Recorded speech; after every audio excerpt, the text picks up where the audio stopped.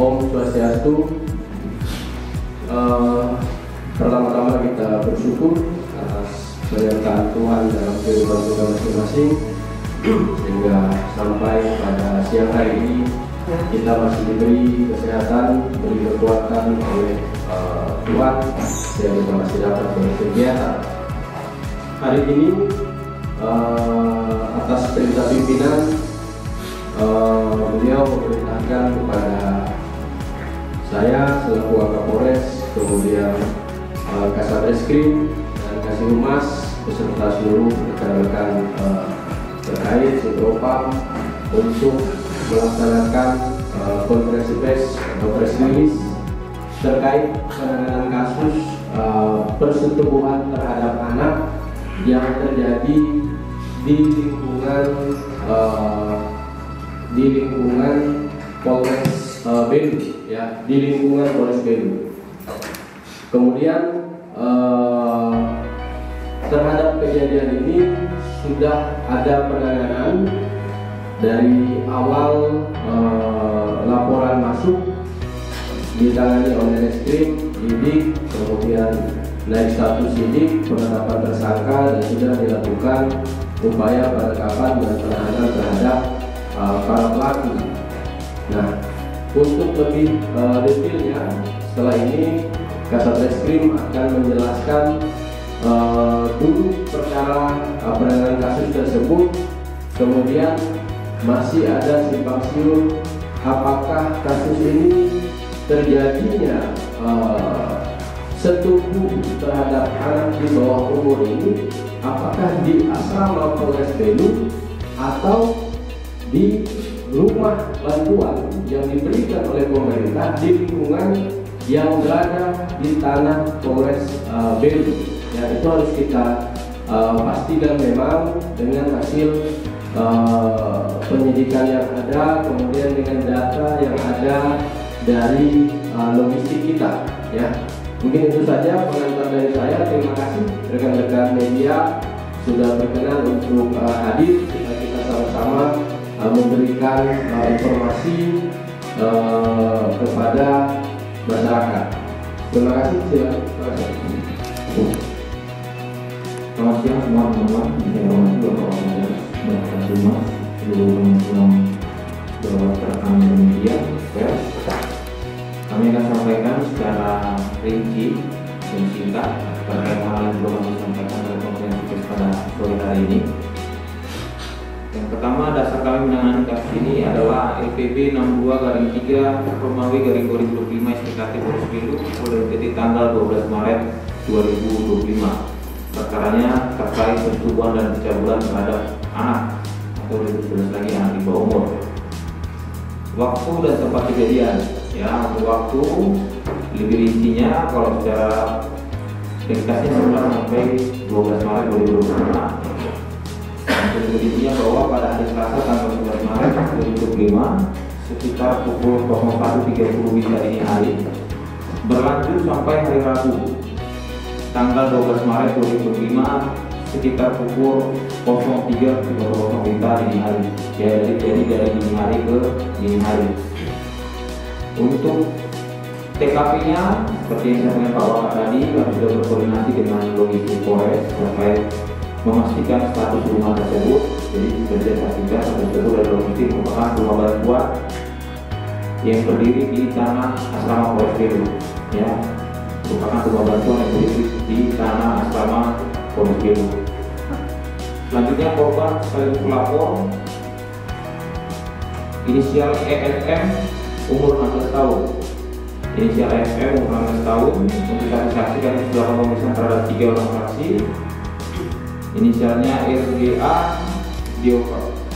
Yang kedua DRG, dan yang ketiga atas inisial SS. Terhadap 3 orang saksi kami sudah melakukan pemeriksaan. Kemudian seperti yang teman-teman sampaikan lihat di belakang, ada 6 pelaku yang sudah kami lakukan penetapan tersangka dan juga sudah ditahan di rutan Polres Belu.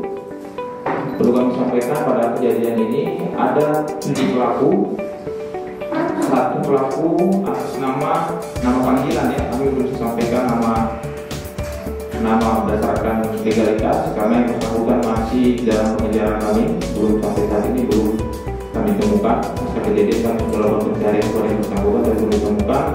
Nama panggilan Kapten Paul. Kapten Paul masih dalam pencarian sampai saat ini oleh Satreskrim Polres Belu. Sedangkan 6 orang yang berada di belakang saya sebagai pelaku, yang pertama adalah Benyamin Amaral alias Benny inisial BA, 2 Pedro Carlos alias APU alias PC, 3 Albino Nusi Belu alias Albino alias AMB, 4 Simplicio Mendonca Sampaio alias CMS, 5 Francisco M. Pereira alias Asiku alias Mexico, 6 Jeki Da Costa alias AJP alias JAC. Ke-6 pelaku sudah kami tetapkan sebagai tersangka dan sudah kami melakukan penahanan terkait kasus persetubuhan dan pencabulan terhadap anak di bawah umur.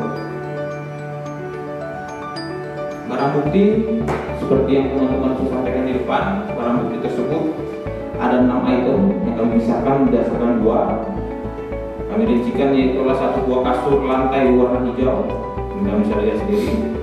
Satu buah kasur lantai warna kuning untuk boneka bergambar hati dan bertuliskan love you. Satu potong baju kaos crop top warna pink. Satu potong baju kaos bermotif garis-garis putih hitam.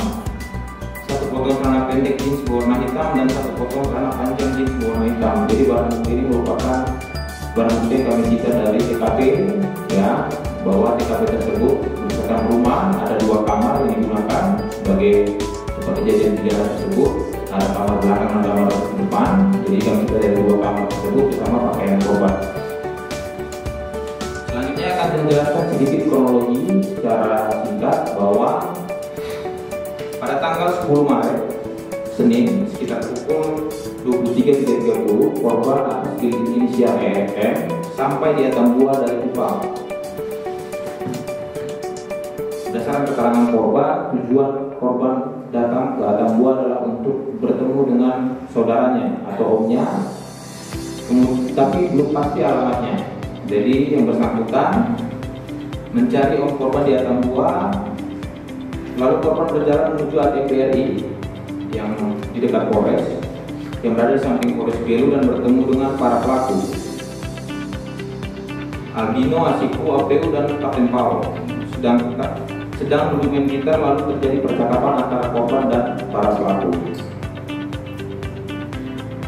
Selanjutnya karena itu sudah pukul 23.30 WITA dan terjadi percakapan antara para pelaku dan korban, kemudian pelaku berkata kalau lu mau tinggal di kami ke rumah. Jadi seperti ditawarkan tempat tinggal dan korban yang bersangkutan mau.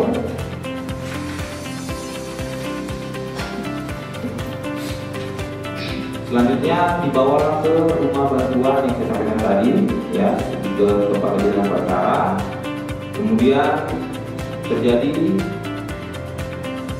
persetubuhan dan pencabulan yang saya jelaskan sesuai dengan di awal, di mana korban dari rentang waktu dari tanggal 11 Maret pukul 04.30 WITA sampai 03.00 WITA Selasa 12 Maret. Berdasarkan keterangan korban dan saksi, dilanjutkan pada perbuatan persetubuhan dan pencabulan dilakukan oleh para pelaku. Yang pertama dan sampai yang terakhir. Jadi dari rentang waktu itu terjadi persetubuhan sampai rentang waktu yang berakhir. Kalau kita hitung waktu kurang lebih dari 24 jam dari 03.30 sampai 03.00. Untuk kronologisnya tidak akan kami jelaskan di sini karena kami jadi materi pokok perkara terkait peran maksimal. Kalau berdasarkan keterangan para pelaku di belakang mengakui perbuatannya melakukan persetubuhan dan pencabulan terhadap korban. Catatan terakhir mungkin yang ingin kami rekan-rekan bahwa kami masih mengupayakan secara maksimal untuk menangkap saudara Kapten Paul yang masih dalam pengejaran yang sampai saat ini belum kami temukan. Mungkin itu teman-teman bisa sampaikan dari press release atau konferensi pers pada sore hari ini terhadap kasus yang menjadi perbincangan hangat akhir-akhir ini agar tidak menjadi misinformasi. Jadi kami perjelas saja apa kasus yang terjadi. Jadi para pelaku dalam saya ini melakukan perbuatannya secara bergantian terhadap korban dan rentang waktu yang sudah saya sampaikan. di dalam TKP. Ya, dalam TKP itu ada 2 kamar, jadi bergantian pindah tempat dari kamar depan dan kamar belakang. Seperti itu. Mungkin itu dulu. Izin kalau bisa kami sampaikan dari Satuan Reskrim Polri. Rekan-rekan media berkenaannya hadir pada press release terkait kasus tubuh dan pencabulan anak di bawah umur sore hari ini. Mudah-mudahan dengan kita sudah melakukan press release ini tidak ada lagi pemberitaan yang tidak sesuai, karena kemarin memang ada pemberitaan yang tidak sesuai yang menyatakan ada keterlibatan anggota Polri, padahal itu tidak ada. Tapi memang kita juga punya hak jawab di sini Pak Kasat dan teman-teman yang akan menjawab itu. Ya. Itu saja rekan-rekan yang dapat kami sampaikan. Tidak kurang hal-hal yang kami sampaikan pada kesempatan ini. Kami mohon itu dimaafkan dan memang kesempurnaan adalah milik Tuhan.